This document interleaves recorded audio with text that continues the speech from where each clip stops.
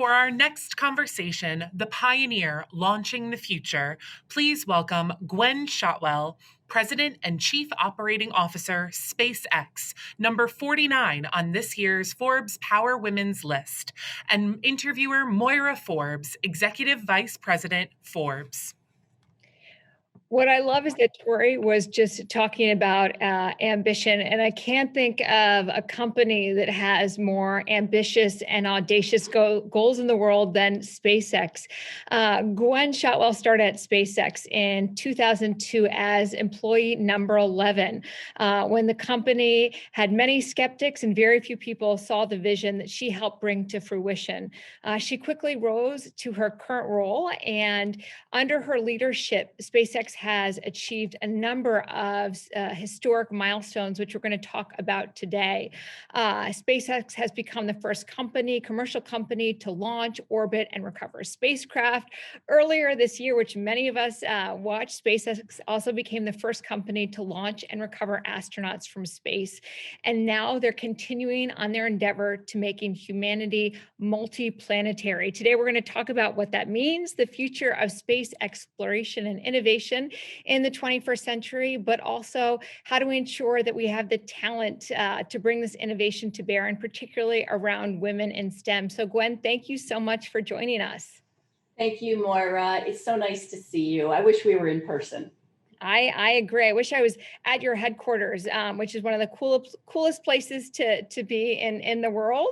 But I want to start off because obviously SpaceX has been in the news throughout this year, as I said, for some really exciting milestones. And these efforts in many ways have inspired confidence in our country's endeavor to return to the moon, to travel to Mars, and people have said that you're someone who's helping to launch the future.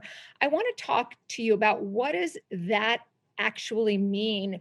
Where are we on the road to making humanity multi-planetary? And in a time when we're spending so much focus on the issues and the challenges here on Earth, what does the role of these efforts play in terms of how we think about our future and what they represent across so many different arenas?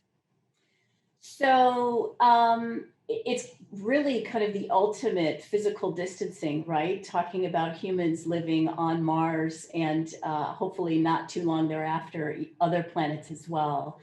I don't believe we are very far away from it. I think we will have people on another planet in the next 5 or so years, certainly within the next decade. We're very focused on building the transportation to get there.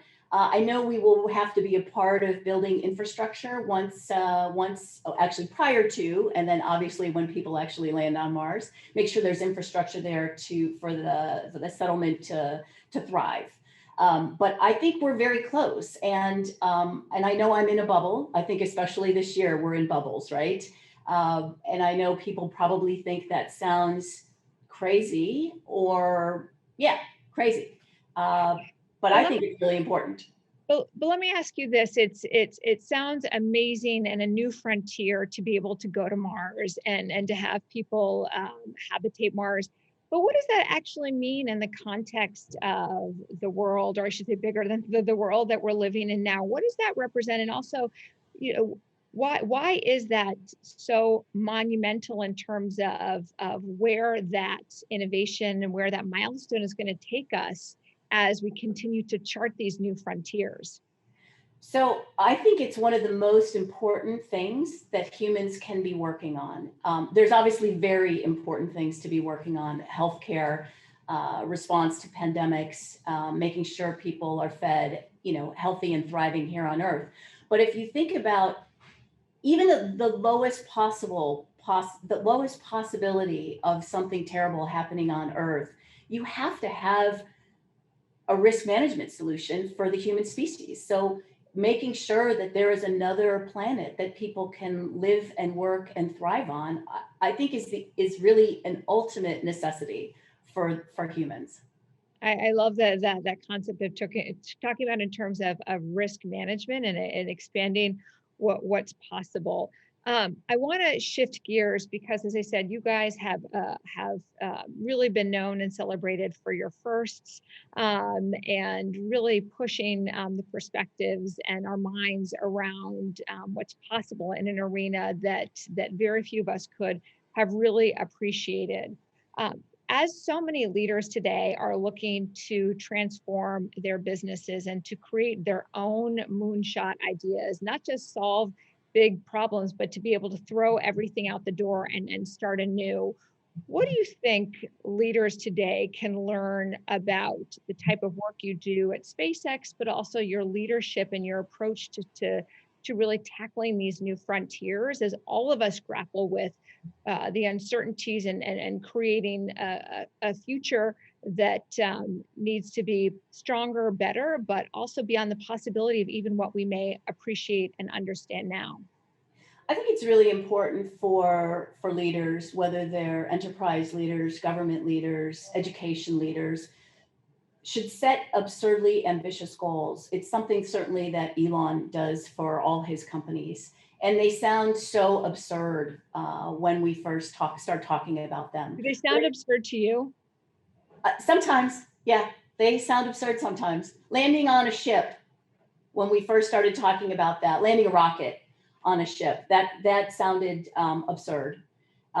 When I first interviewed for this role in 2002, I thought going to Mars, I didn't even really think about it. I wasn't bought in necessarily when I first joined SpaceX. Actually, it didn't take long for me to be at SpaceX before I did buy in, by the way. But I didn't even consider that absurd. It just wasn't a thing for me.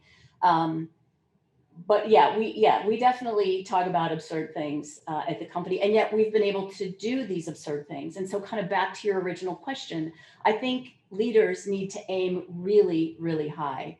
And you either hit that target maybe a little bit later than you anticipated, or you fall slightly short. But regardless, my guess is you are far better off kind of shooting for the moonshot or the Mars shot, and falling a tiny bit short or maybe just a little bit late. I think we'll all be far better off.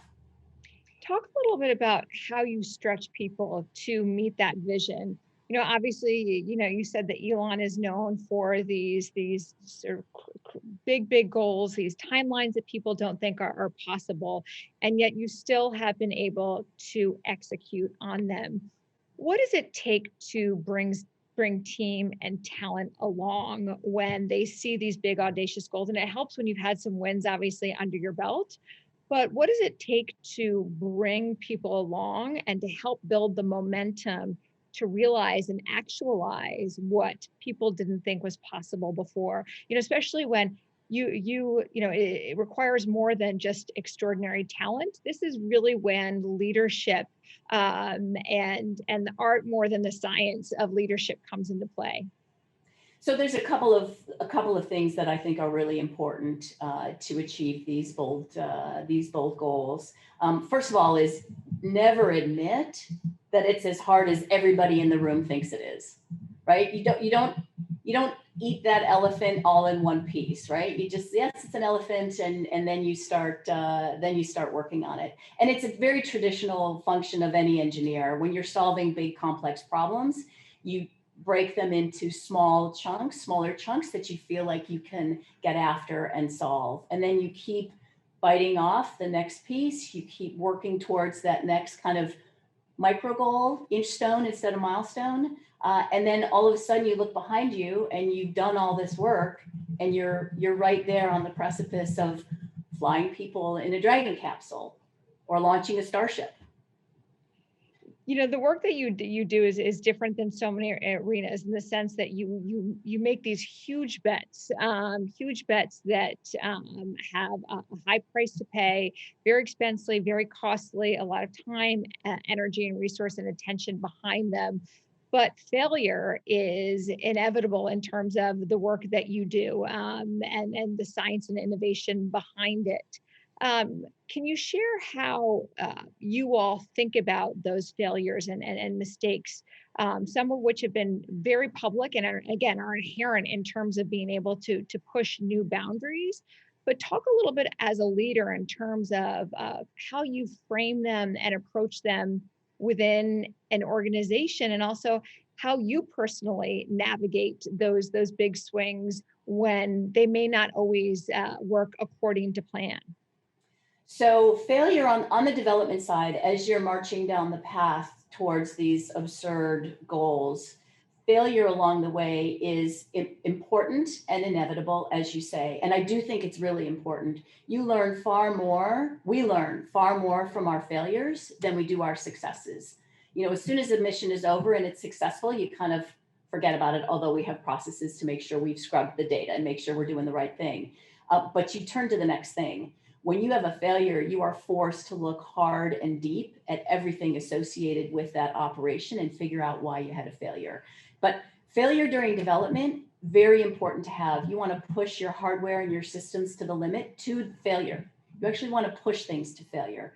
You don't want to have failure on an operational mission for a customer, especially no failure for crew missions. You can always rebuild a satellite. What does that mean to push it to failure? Because obviously you want to continue to test and iterate and make sure it doesn't happen right at the most crucial or monumental time. But when you're thinking about what those processes look like day to day, how can others think about that in their own organizations? I mean, I'm so hardware centric, so hardware focused. When you're testing hardware, you make it go faster, you add more power to it, you push more propellant through the engine so that you actually break components. For a process or an enterprise function that's less physical, I'd have to think a little bit more about that. Well, actually, when we staff projects, we start out incredibly lean until we feel like we have actually broken something, and not necessarily something physical, but we have broken our timeline in producing Falcon 9 first stages. And it's clear that we had understaffed. And then you can go and kind of be kind of extremely tactical and hire in exactly the places where you fell short on. So yeah, you push your process to the limit. Obviously, you don't want to break people. Do not break people, right? You love your employees. They're the reason why you're successful. You want to make sure you don't break their spirit or their morale or certainly their health. But once you break like a timeline, then you go in and you fix it kind of with surgical precision.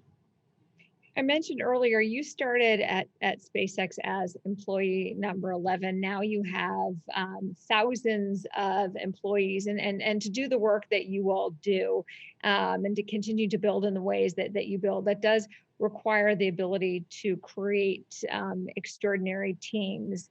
Yeah, I'd be curious. Obviously, we all know Elon Musk. He is one of the most celebrated and recognized visionaries.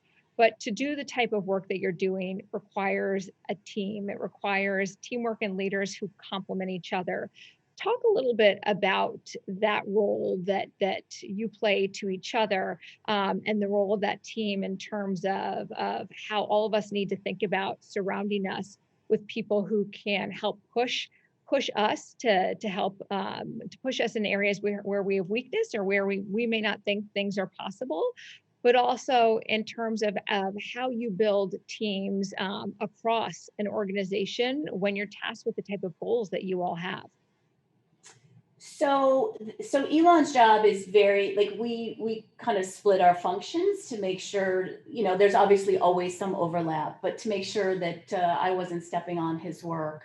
He really focuses on technology development, and I focus on more of the day to day. But that's hiring, it's financing, it's government affairs. Not that it's not technology. I do obviously kind of help promote, basically clear the path for all our operations team, both the production side, Texas test, I'm here in Texas today, as well as the launch side. So our roles are quite, I don't want to separated. That doesn't sound right. But he really focuses on the technology development, and I focus on, I always joke about it, I keep the wheels on the bus and the bus rolling down the road. That's kind of how I describe it. But both of our jobs really are to solve problems, whether they're people problems, technical problems, HR issues, communications issues that people that work for us can't solve themselves, right? That's our job, is to solve problems. And I can tell you that our teams are incredibly adept at solving their own problems. They certainly make my life quite easy, actually. And the secret there is you hire great people. You make sure they understand the expectations that are laid out in front of them, what they're going to face when they come into the job. And, if they still have a light in their eye at the end of that interview, and they're wicked smart and kind of really eager to get moving, you've got a winner. When you talk about solving problems and bringing those teams together, obviously it's so important to have that diversity of perspectives in the room. You are someone, as a woman in this field, who has so often been a first or an only, and also someone who I really admire because you have also spent so much time thinking about how do we create more pathways for women within STEM arenas? How do we create more pathways for women to be on the front lines of innovation and to be solving for these really important and critical problems?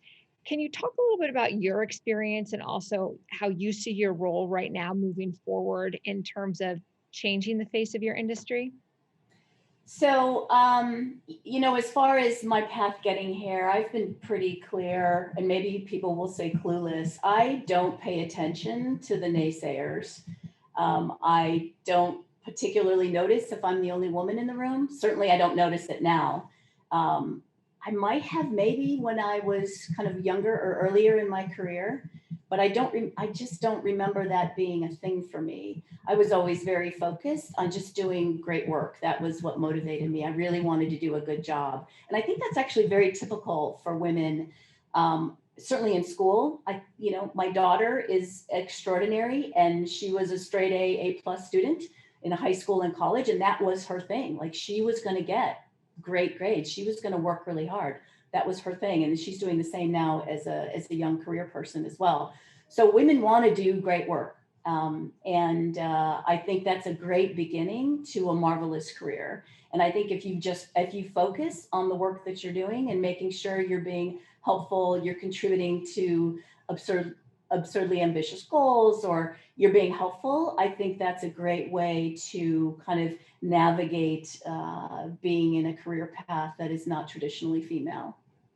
You're someone who's been such a role model for other women, and especially I think the more we see women solving for these problems and those leading those absurdly ambitious goals, it does create such momentum for future generations to rise. As we cast out to the future, you talk about the fact that you think that people will be going to Mars and potentially living in Mars 5-10 years from now, which is right around the corner. I mean, it's amazing to me and extraordinary to think of that timeline. What do you think will be the greatest advancement in terms of space exploration and what it means for us in our lifetime, and as we look in the next few decades? I do think we have to have a group of folks leave, the mothership, Mother Earth, planet Earth, in order to truly understand how life originated. I don't think we can have full discovery here. So, and Mars is just the next step. It's not a great planet to go move to. As we joke about it, Mars is definitely a fixer-upper planet. Hopefully, once we get to Mars, we can find the next closest, most achievable place to go to, and we have to get out of the solar system, which is like, we can't do that yet. We don't have propulsion technologies yet. The travel time would be lifetimes, many people's lifetimes. But that should really be the next goal. Mars is a baby step. And this gets back to the absurdly ambitious goals, right? Like, people's minds are probably exploding hearing me talk about settling on Mars, but that is just the first step. The next step is to go further so that we can figure out, how in the universe did we actually get here? I won't see it in my lifetime, I don't think, but I think we should find other people. Like, I want to find other people, and I want to be part of those baby steps, those inch stones that help humanity find the rest of us. I love that you're also reframing the vocabulary, right? We have to think bigger than our world. We have to think about the universe. As we wrap up really quickly, so much of this event is focused on how people are using their power to have a positive impact in the world today. How do you think about and define the word power in a year like 2020? Well, that's a hard question. That's not a softball. Um, we have to leverage the gifts that we have to make other people's lives better. That is how we should be using our power. Um, I think continuing to do extraordinary work in this insane year and be very public about it, taking astronauts to the International Space Station twice, not shying away from those hard things, even when our environment is so much more difficult to operate in. Hopefully those things serve as a source of inspiration for people, and keep them getting up in the morning and traveling to their school or their job, whether it's a room away or actually down the road. I think that's really the most important thing that we should be thinking about. How can we make our neighbors' lives better, all the way from just being helpful really with your direct neighbors, and continuing the journey to getting people to Mars and further.